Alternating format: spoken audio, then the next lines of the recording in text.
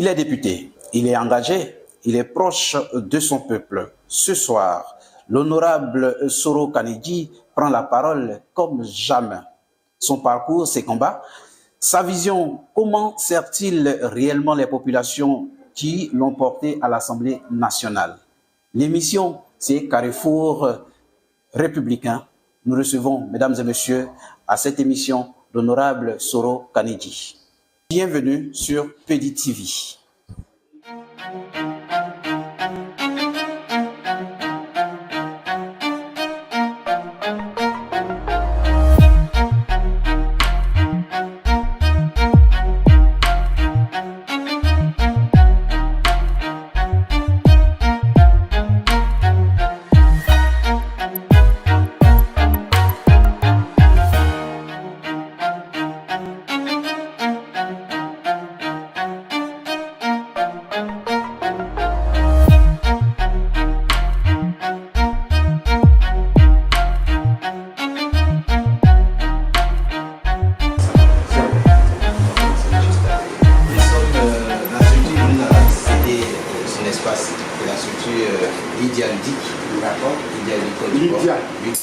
Lydia.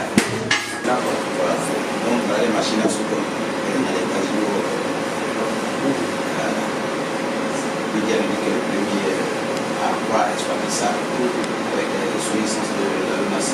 Voilà. Il y en a où c'est un seul tableau où tout le monde brûle les numéros sur le tapis. Chaque personne a son tapis à la salle omelette. C'est une omelette électronique. D'accord. Oui. Ça sort Chers internautes PEDI TV, Instant Vérité avec l'honorable Soro Kanedji, c'est maintenant et c'est tout à l'heure avec l'honorable. Dans cette rubrique, nous allons faire tout pour ne pas que des questions fâchent. Parce que chez nous, rien ne peut fâcher. Honorable, vous êtes homme politique, député au RHDP. Est-ce que vous êtes fier de votre parcours politique aujourd'hui? Simplement. Je suis très fier. Très fier. Quand vos collaborateurs d'entre-temps vous voient aujourd'hui, qu'est-ce qu'ils disent de vous? Quels collaborateurs? Les anciens. On vous colle d'être un ami de Soro? Oui, mais laissez-moi d'abord, entendons-nous sur le parcours. D'accord. En toute sincérité. Je vous l'ai déjà dit, c'est un très bon parcours. Je suis fier de mon parcours. Oui. C'est vrai qu'on n'a pas encore tout fait pour nos populations, mais en ce qui me concerne, je suis fier de mon parcours. Vos collaborateurs d'antan, juste après les fausses nouvelles, l'épisode des fausses nouvelles, aujourd'hui, est-ce que vous continuez de faire chemin ensemble ou il y en a qui se sont retirés ou même c'est vous-même qui vous retirez de mauvais compagnons ou compagnies, si vous voulez? D'accord. Après les fausses nouvelles, je deviens député. Oui. Je suis député RDR. OK. 2011-2016. Oui. 2016, je vais en candidature indépendante parce que le parti RDR ne retient pas ma candidature. Là n'était pas le problème. Mais ce qui a fait que je sois allé en indépendant, c'est qu'en dessous, un faux rapport avait été adressé au chef de l'État avec une fausse pétition faisant croire que les populations me vomissaient. Et sur la base de ce faux rapport, le président de la République avait décidé que je ne sois pas le candidat donc, du parti. Et ce rapport a été fait par qui? Je ne sais pas. Selon vous? Je ne sais pas. Mais vous ne soupçonnez pas des personnes, des personnalités, des individus qui seront contre... Tant que je n'ai pas la preuve de quelque chose, je ne le dis pas. Mais ce qui est évident, c'est qu'un rapport a été déposé sur la table de la direction du parti qui disait que je suis vomi par les populations avec une pétition à l'appui signée par justement des gens qui tous ont avoué n'avoir jamais signé le document. Un faux document qui a été déposé Donc, à la direction du RDR. Sur cette base, tous les leaders d'opinion, les chefs traditionnels, les leaders de jeunesse et de femmes ont estimé que par rapport à l'objectif que je viens de vous définir pour le CAFIG, il était bon que la vérité vis-à-vis du chef de l'État soit rétablie. Donc, je pars en candidature indépendante en 2016 et je gagne. D'accord. Oui. Laissez-moi terminer. Vous avez dit instant vérité. Oui. Il faut dire toutes les vérités. Que les choses soient claires. Mais quand vous mettez une question dans une question, ceux qui nous écoutent ne vont pas écouter la question. D'accord. On vous écoute donc. Voilà. Donc, quand je suis élu, je ramène ma victoire au RDR. Mais la raison, je sais qu'on en reviendra tout à l'heure, qui va expliquer mon retrait de la liste des candidatures en 2016 va s'amplifier et va conduire à un assassinat à mon domicile à Kourougo. Oula. À partir de ce moment, c'était en 2018, à partir de ce moment, moi je suis un combattant. Je prends mes responsabilités. J'estime que il y a des personnalités à l'intérieur de notre parti qui ne voulaient plus du combat que je mène pour le parti. Donc, je prends mes distances. C'est vous-même qui vous retirez? Oui. OK. Et à partir de ce moment, je fonde un parti politique qu'on va appeler le Rassemblement pour la Côte d'Ivoire, RACI. Le RACI. Qui existait déjà en tant que mouvement, mais qui n'était pas un parti politique parce que je n'en voulais pas. Mais quand on va assister à l'assassinat de ce jeune homme, à ma résidence à Kourougo, devant mon épouse et mes enfants, je prends ma responsabilité de prendre mes distances. Et c'est là que je porte le projet politique de Guillaume Soro. Mais, chemin faisant avec lui, je vais comprendre très rapidement que l'attachement que j'ai eu avec le président Ouattara, les objectifs pour lesquels je me suis battu pour le président Ouattara, n'étaient pas forcément les mêmes que partageait Guillaume Soro. Parce que, écoutez, tu peux suivre un leader. Il peut arriver à un moment donné qu'une tierce personne puisse t'amener à t'éloigner de ce leader-là. Oui. Mais si tu dois prendre une autre voie, il faut t'assurer que l'objectif pour lequel tu t'es engagé en politique, c'est le même objectif que porte l'autre. Ou sensiblement. Ou sensiblement. Oui. Mais si la démarche et les objectifs sont différents, à partir de ce moment, tu ne mènes plus le même combat politique. Oui. Et quand j'ai fait ce constat, en 2020, je suis revenu, j'ai rencontré le chef de l'État, je lui ai présenté mes excuses. Et puis, d'ailleurs même, les mois qui ont suivi, il m'a encore présenté comme son candidat à l'élection des députés en 2021. Donc, pour vous dire quoi? Pour vous dire que j'ai quitté la maison sur 2 ans, de 2018 en 2020. C'est pour ça que quand vous avez dit vos collaborateurs, je dis quels collaborateurs? Oui. Parce que sur les 15 années d'exercice législatif, j'ai 2 ans que vous avez fait, comme on le dit, vous avez fait dire. Maintenant, si c'est de cette séquence que vous voulez parler, je n'ai aucun contact avec ceux-là. D'ailleurs, beaucoup, j'ai même envie de dire la majorité, vous en m'a rejoint plus tard. Donc aujourd'hui, qui finalement, même s'ils ne le disent pas, m'ont donné raison. Oui. Maintenant, pour ceux qui ne sont pas encore venus, ils nous taxent de tous les maux d'Israël. Mais c'est leur choix. Mais j'estime qu'un acteur politique, il se bat pour une conviction.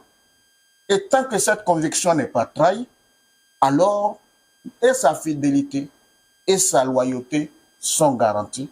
Et moi, je n'ai pas de souci avec ça. Sur la toile, beaucoup le disent, on lit partout, on entend sur la toile que vous êtes un des pions de Soro Guillaume, ou vous étiez un des pions de Soro Diop. Et comme l'avait dit, vous êtes retourné au RDR à la maison, ils vous taxent de traître, de trahison. Qu'est-ce que vous dites? Est-ce que vous entendez ça? Est-ce que vous voyez ça? Vous savez, en général, je ne réponds pas aux réseaux sociaux. Ah, d'accord. Parce que les réseaux sociaux ne font pas élire quelqu'un, à la vérité. Pas du tout. Voilà, les réseaux sociaux servent à animer, à nous permettre à passer le temps mieux. Sinon, c'est la vérité, je vous dis. Oui. Vous allez remarquer que les hommes politiques qui se lancent dans des schémas en vue d'avoir des likes sur les réseaux sociaux, oui. Au fait du processus électoral, ils sont souvent désespérés. Voilà. Donc, moi, vraiment, mon souci, sur le terrain. L'essentiel, ce ne sont pas les réseaux sociaux. Ce que moi, je prends comme étant le baromètre de mon action politique, c'est ma propre conscience. D'accord. Est-ce que j'ai bien fait de revenir auprès du chef de l'État? Oui, j'ai bien fait. À l'affirmatif. D'ailleurs même, je n'aurais jamais dû le quitter. Quelles que soient les frustrations que j'ai pu rencontrer, je n'aurais jamais dû le quitter. Parce que si j'estime que des gens ont pu poser des actes, certainement que cela avait pour objectif de me pousser dehors. Parce que le jeu politique, à l'extérieur comme à l'intérieur, est fait de rapports de force. Alors, certainement que j'ai connu un moment de faiblesse en m'éloignant du leader pour lequel je me suis battu pratiquement près de 30 ans. Est-ce à dire aujourd'hui que vous regrettez cette période? Mais bien sûr, il faut bien la regretter parce que c'est une période qui apparaît comme étant un des éléments sur lesquels dorénavant on me juge. Oui. Alors qu'à la réalité, ce que j'ai donné pour ce combat est bien plus que ces 2 années. C'est pour ça que je suis venu vous dire qu'il s'agit d'une histoire de 2 années et qu'ils ne peuvent en aucun cas entacher toute votre vie politique. Ma personnalité politique. Oui. Voilà. 2 années. Et puis, je vais vous dire, sur les 2 années, j'étais encore député. Oui. Mon rôle, quand j'ai commencé l'émission avec vous, je vous ai dit, mon rôle est d'accompagner l'exécutif à réussir sa mission du projet de société. Oui. Même là, pendant les 2 années, il n'y a pas eu de texte dans lequel j'ai tenté de bloquer, le président dans son action. Quand j'estime qu'un texte, je rencontre des préoccupations par rapport à un texte, je les formule et je pose mon problème. Voilà, je pose mon problème, on le débat. Au moment où nous étions au RACI, nous avions un groupe parlementaire organisé, nous étudions les textes, et là encore, on avait gardé une sorte de responsabilité, même en étant opposant, de sorte à ce que celui pour lequel nous nous sommes battus hier puisse continuer à servir nos populations de la meilleure des façons. Donc, en gros, je n'ai pas voulu atteindre le seuil de la contradiction radicale et haineuse vis-à-vis du président. À partir de ce moment, je suis attaché à mes convictions et je n'ai aucun regret de ce point de vue-là. Oui. Voilà. Et aujourd'hui, que devient le RACI? Mais il est dissous. Parce que j'estime que on ne peut pas avoir un pied dedans, un pied dehors. Voilà. Moi, c'est ma philosophie. Je suis revenu à la maison. Il faut que je sois entièrement à la maison. Donc, j'ai dissous le RACI. C'est vrai que le RACI m'a donné une grosse expérience.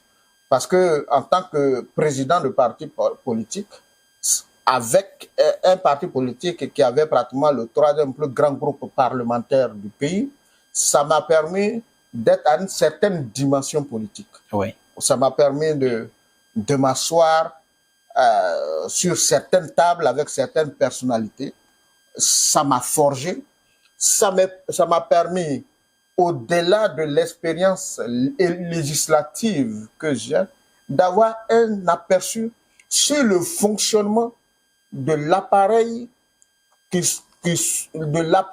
soutient l'État, oui. L'appareil politique qui soutient l'État. Oui. Comment les choses à un certain niveau de fonctionnement, comment ça fonctionne, comment ça déroule. Et ça me permet d'avoir une meilleure lecture des événements politiques qui se déroulent dans notre pays aujourd'hui, et ça me permet de guider les populations pour lesquelles je suis député. Voilà. D'accord. En toute franchise, est-ce que aujourd'hui vous gardez encore vous avez parlé des 2 ans qui sont aujourd'hui collés comme étiquette sur vous aujourd'hui. Est-ce que vous gardez des contacts avec les personnes avec qui vous étiez pendant cette brève période de votre vie politique de 2 ans? Celui qui m'appelle, je réponds.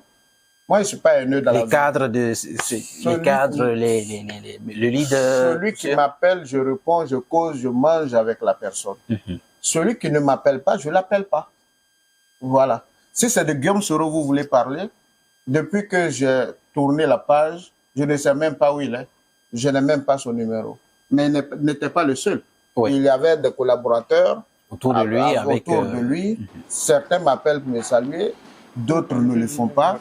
Et voilà, c'est la vie. Et quels sont vos rapports au quotidien avec ces personnes? Est-ce que c'est juste quelqu'un qu'on ne voit pas, il n'y a pas de rapport. Je parle de lui, on ne le voit pas, vous l'avez dit. Mais ces autres compagnons, les compagnons de lutte qui sont là avec vous en Côte d'Ivoire aujourd'hui. Je ne sais pas s'il y en a encore beaucoup, mais pour ceux que j'ai connus, en majorité, ils sont revenus.